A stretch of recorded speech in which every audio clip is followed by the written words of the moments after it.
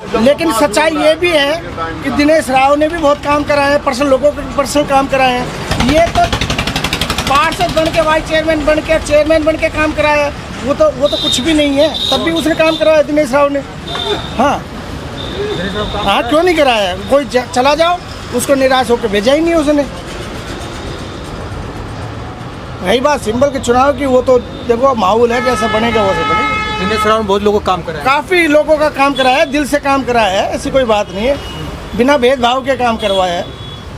हाँ जी, ये इन्होंने पार्टी में आके काम कराया है। एक पार्टी में और एक पर्सनल में बहुत फर्क है रात दिन का, ऐसी कोई बात। तो ऐसा बंदा है जो पढ़ा लिखा है, सबसे ज़्यादा इनको तो एप्लीकेशन भी लिख के देनी पड़ेगी जब साइन करेंगे। जो बच्चा इनको तो एप्लीकेशन लिख के देंगे तब साइन करेंगे। क्या ऐसे लोगों की जरूरत है धरना की? क्या देखो, आजकल जुबान की वैल्यू तो कहीं रही नहीं, कागज तो दिख रही है। कैसे लोगों की जरूरत? पढ़ा लिखा एजुकेटेड दिनेश राव, उसमें क्या कमी है? एडवोकेट है, वकील है, ऐसे लोगों की जरूरत है, बिल्कुल जरूरत है। बाकी गांव देखो किसकी तरफ जाता है। आप बताओ बेटा, स्टूडेंट है आप, स्टेडियम है आपके यहाँ पे? नहीं, स्टेडियम नहीं है। स्टेडियम है, उसकी आवाज भी उठाई थी दिनेश राव ने। स्टेडियम है, उसकी आवाज भी उठाई थी, लेकिन क्या है, वहाँ कूड़ा घर चेयरमैन की वजह से लगा लो, ये इनकी आपस में नहीं बनती, उसके कारण लगा लो, इसलिए वो कूड़ा घर हो गया। स्टेडियम क्यों नहीं है? स्टेडियम नहीं उठाई क्या? अब आवाज कैसे उड़ाएंगे? सब तो पर्सनल काम की गिनती कर रहे हैं। क्या दिनेश ने एक दो बार आवाज उठाई है, सफाई दिखाया लोगों को, और पानी की भी उसने आवाज उठाई है, मिलके वो भी पानी की आवाज उठा रहा है। सेंटर में सरकार है, जब सेंटर में कोई बात चली गई तो इनके हाथ में कुछ है ही नहीं। और बताइए, यहाँ पे अच्छा हॉस्पिटल्स नहीं है। हॉस्पिटल के लिए अब जमीन दी कि नहीं?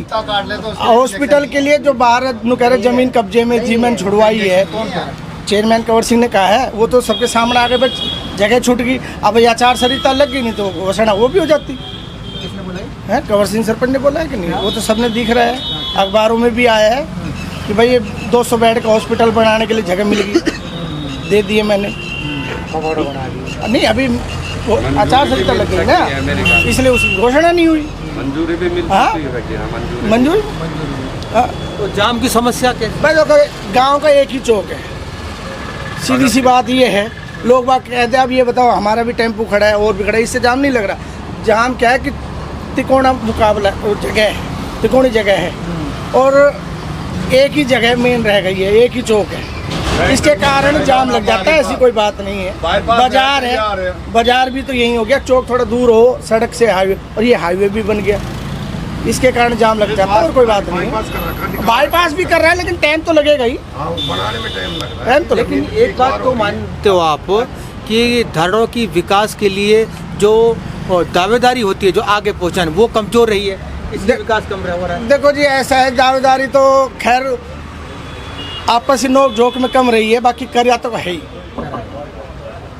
मेरी चेयरमैन से नहीं बन रही, वो कहता है मेरी वाइस से नहीं बन रही, वो कहता है मेरी पार्षद नहीं मान रहे, वो कहता है कि चेयरमैन नहीं मान रहे।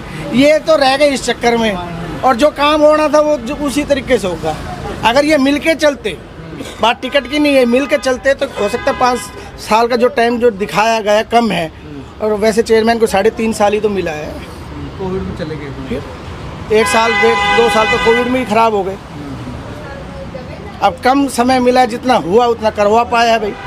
वाइस चेयरमैन ने भी अपना पर्सनल काम करवाए हैं, लोगों के पैसे भी खर्चता अपना। जो सबसे बड़ा चुनाव का जो फैक्टर होता है जातिवाद का, हाँ जी, जाति बिल्कुल फर्क पड़ता है, बहुत सारी वोट, बिल्कुल फर्क पड़ता है। दूसरा, यहाँ पे बाहरी वोट हो, उसको लेकर कैसा फर्क पड़ेगा? ऐसा है जी, उसके बाहरी लोगों को क्या है, ये बाहर के लोग तो ये सोचते हैं मुझे वोट देनी है। बाबूलाल लांबा भी खड़ा है, दिनेश राव भी खड़ा है, मगर बाहरी वोट लिए गए तो बाबूलाल लांबा को बाहरी बताते लोग जाएंगे क्या? देखो ऐसा है, बाहरी को तो क्या है कि गांव में 3 तरीके की वोटें मिलती हैं। हाउसिंग बोर्ड एक अलग गांव बसा दिया है, नंदरामपुर बास रोड एक अलग गांव बसा दिया है, हमारा धारड़ ओल्ड गांव बसा दिया है। तो वो सोचता है कि मैं इधर की वोट रख लूँ, वो कहते उधर की रख लूँ। लेकिन समझदार आदमी जो होगा, ना तो बाहरी कहने से रुकेगा, ना वैसे, जिसको पता है काम करने वाले कौन है वो उसको देगा। टक्कर में कौन है? टक्कर में तो अभी देखो, अभी चुनाव आज मतलब पता लगता है, निशान आएगा लोगों को, अब माहौल बनेगा। बाबूलाल समझिए तो निर्दलीय तो निशान, निर्दलीय तो सारे जीत रहे हैं जी, निर्दलीय तो सारे जीत रहे हैं। पर जब निशान आएगा बनेगा माहौल जब पता लगेगा। इस बारे में तो आप 8 तारीख को बताओ। सिचुएशन तो देखो जी, सब आजकल नाव वहाँ चलेगी जहाँ पानी होगा। किसका पानी है? बस आप समझ रहे हो। हाँ। अब इसमें क्यों ओपन कराओ? लेकिन हमारी जो सोच है, जो बात है कि ये जात पार्टी का चुनाव ना समझ के, हाँ। भाईचारा का चुनाव समझ के करे तो उसमें ज़्यादा बेनिफिट है। ये सड़क है हाँ। और ये इसमें वाटर सप्लाई की पुरानी लाइनें थी पानी की, तो ये लीकेज हो गई। लीकेज होने से मतलब हमने 2-4 घरों ने मिलकर, सत्य चौहान था, और हमने कहा भाई ये ठीक करवा दो। भाई ये सड़क है, ये फूटेगी नहीं हमसे, ये तो रिको सरकार से लिखवा के लानी पड़ेगी, ये करना पड़ेगा, वो करेगा, वहाँ से ना हो। कोई बात नहीं, हमने जल विभाग के सबसे बड़े अफसर थे, वहाँ तक हमने लेटर लुटर लिखा, मेल वेल कराया, तो उन्होंने रिप्लाई किया, तो हमारी सुनवाई हुई और हमने वो खुदवा कर और वो ठीक भी करवाया। जल विभाग वाले आए और ठीक करके गए। ठीक, उसके बावजूद भी जब हो गया तो नंबर बनाने के करवा दिया, जबकि मेहनत करने वाले तो हम आम पब्लिक थे और हमने डायरेक्ट सब कुछ किया वहाँ। इन जनप्रतिनिधियों को देखा नहीं? नहीं, जनप्रतिनिधियों की चली नहीं सड़क, रिको की सरकार है, मंजूरी नहीं मिल रही। अच्छा, उनके पास तो ये बात थी दोनों की। नेताओं को सारे फेल हो गए। अजी सारे फेल थे, एक दूसरे के ऊपर आरोप लगाते रहते, टारगेट वो लेना चाहते थे। हमारे वो सत्य चौहान है नहीं, अभी आपको पूरी डिटेल में बताता मैंने कैसे कैसे किया है। हाँ जी, उन्होंने ठीक करवाई है ये, और अभी तो सड़क भी नहीं बनी है, खड्डा भरा हुआ है, बस सड़क भी नहीं बनी। सब नेता अपना अपना क्रेडिट ले रहे हैं। क्रेडिट बिगर मतलब का, ये तो सच्चाई है। जो हमारे सत्य सैनी ने जो करी थी, पढ़ा लिखा लड़का इंजीनियर है, उसने ऊपर तक मेल कराया है, फैक्स कराया है, जब सारी चीज़ करके जब जाके वो सही हुई है सड़क। लगातार कवर कर रहे हैं धारवाड़ की चुनाव को लेकर। आप देख रहे हैं अनेक समस्या हैं, लोगों की अपनी अपनी समस्या है।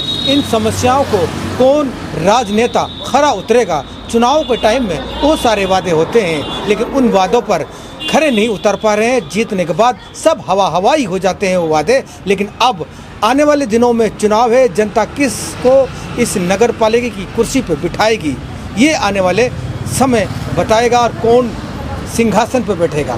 लगातार कवर कर रहे हैं, देखते रहिए 24 टीवी नेटवर्क हरियाणा।